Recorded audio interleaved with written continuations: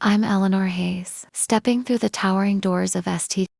Michael's Cathedral, my heart hammering beneath the creams silk of my wedding gown. The air buzzes with murmurs from strangers, faces I don't know, peering at the mute bride, about to join the elite Dawson family. My mother's tearful plea echoes from this morning. I'm so sorry, Ellie. Her hands shook as she held my face, but no words could undo this marriage to Henry Dawson. A cold bargain to erase my father's debts. Henry waits at the altar, his gray eyes piercing, his suit impeccable. He's all power, no softness. I lower my gaze as I reach him, surrendering to a fate I didn't choose. The ceremony is stark, no sweet vows, just formality. Henry's I do is clipped, a signature on a contract. When it's my turn, silence stretches. I can't speak, never could. I nod, tears pricking my eyes, and he slides the ring on, with a glance that barely registers me. The crowd claps, but it's hollow. This isn't love, it's survival in lace. Later in the Dawson mansion, I stand alone in our roomy cot, shoved in a corner, far from the grand bed Henry won't share.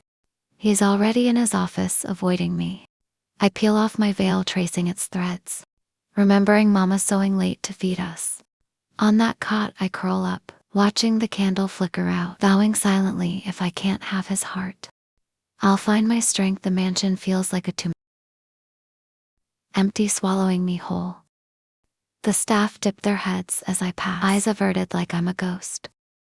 Henry's made it clear we're separate. Tourist icy distance at the reception said it all. That first night he breezes into the room, loosening his tie, ignoring me as he vanishes into his office. I sit on my cot, hands folded, aching to ask why he resents me. My muteness traps the words, but I doubt aged care. The clock strikes midnight, and I'm alone, feet from a husband who feels worlds away. Days drag on, and his chill doesn't lift. I try to reach him, earning his shirts, setting lilies in his study, arranging his father's old journals on a shelf. Small gestures, quiet hopes. He barely notices, squints at me, all's eyes on his paper. I keep trying, clinging to the chance he'll soften. But loneliness creeps in a shadow in this gilded cage. In public, it's worse. At galas, he introduces me with a vague wave, not wife whispers. Swirl ma duty. A prop. I hold my chin up. My dignity, my shield, even a shame stings. At one event, Henry leaves me by the door, mingling effortlessly. Vanessa, his ex, swoops in, her champagne flute glinting. Lost, aren't you? She purrs, smirking. I force a smile, denying her the win. But her words bite. Henry laughs easier with her. When I linger near him, his hand nudges me aside.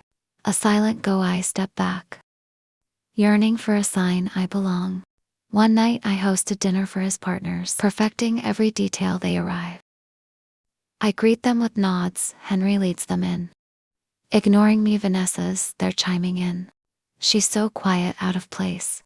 Laughter follows. My hands shake as I pour wine, but I don't falter. Later, clearing dishes, Henry mutters, "You didn't need to stay." I meet his eyes, wanting to scream, "This is my home too." Instead, I bow my head. He pauses, then leaves. Hope flicker. She saw me even briefly. Vanessa's a constant, lounges in our sunroom one day, sipping tea like she owns it. Henry said I could drop by, she says, smug. My chest tightens. Tough being with a man who loves another. She adds, petals slip from my hands as I arrange flowers. But I walk away, head high, alone. Tears follow along. Can I bear her shadow? Yet I won't let her break me. My strength's all I have. Winter brings Henry's favor. Sudden fierce doctors come and go. But I stay, wiping his brow, feeding him soup. He doesn't speak, but his eyes soften when I'm near. One night he wakes, as I adjust his blanket. Our gazes lock, no walls, just rock quiet. I smile, fetching his medicine. He watches me go. Morning, finds me asleep by his bed. He whispers, "Thank you, Eleanor," before I wake. It's fragile, but it's something. After he shifts, nods when I pass, serves me food at dinner.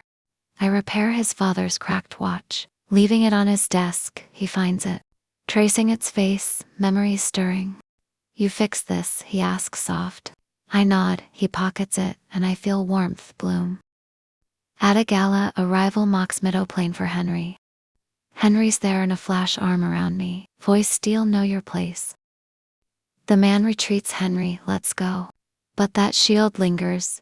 Vanessa sows doubt later. But his small axe protecting me. Keeping that watch, keep my hope alive. I'm not invisible anymore.